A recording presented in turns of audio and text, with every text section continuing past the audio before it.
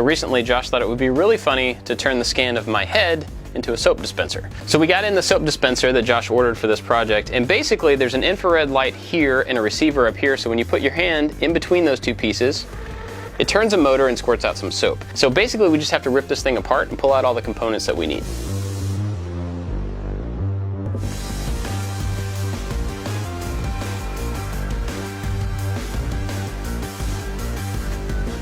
So these are the pieces that Bob got from the soap dispenser.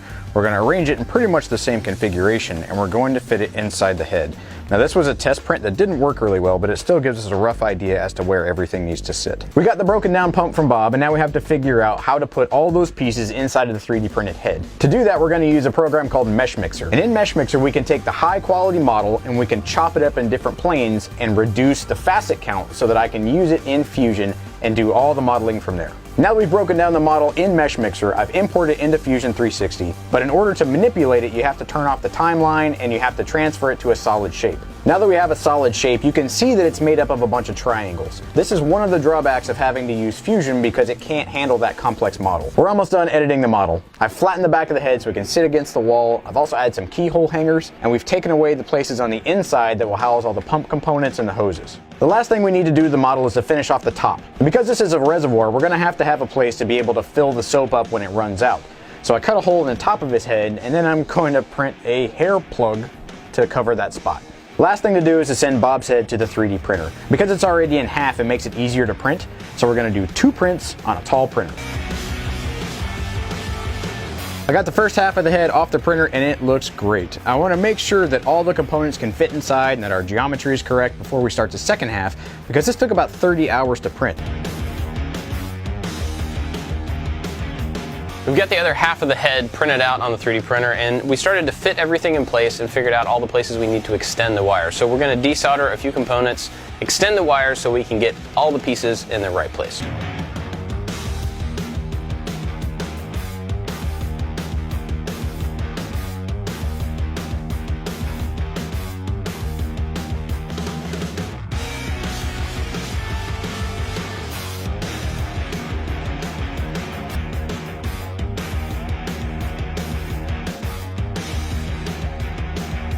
We did a little test and it actually wasn't working, and I think that the polarity got switched on this receiver. So we're just swapping the wires and we're going to make sure that it works.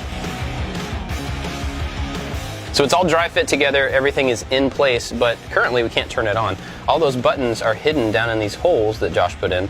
And so we're going to make some button extensions. We're going to take a few pieces of filament from a 3D printer and glue them down into those holes on the ends of those buttons so that you can push them from out here.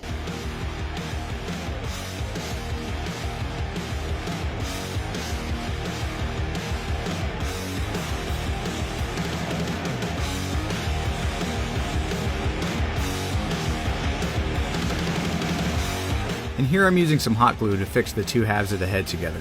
I don't want this to be a permanent fix. In case something goes wrong with the pump or the motor, we can easily take it apart to fix those pieces.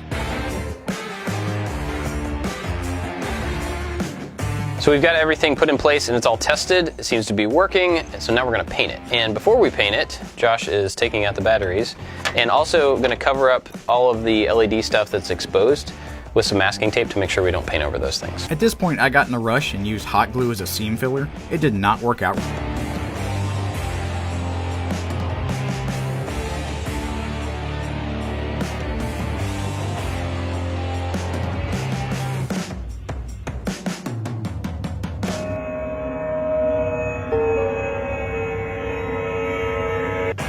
But the point of this project is to be able to take a 3D model and cut it up and manipulate it to do really whatever you want. And you can do a lot of stuff with this technique. You can take multiple models and jam them together. You can take a model, cut it in half, and put stuff inside of it like Josh did on this one. Either way, it's a really good technique to have in your back pocket if you do 3D modeling. This is a really silly one, but I hope you liked it. Thanks for watching. See you next time.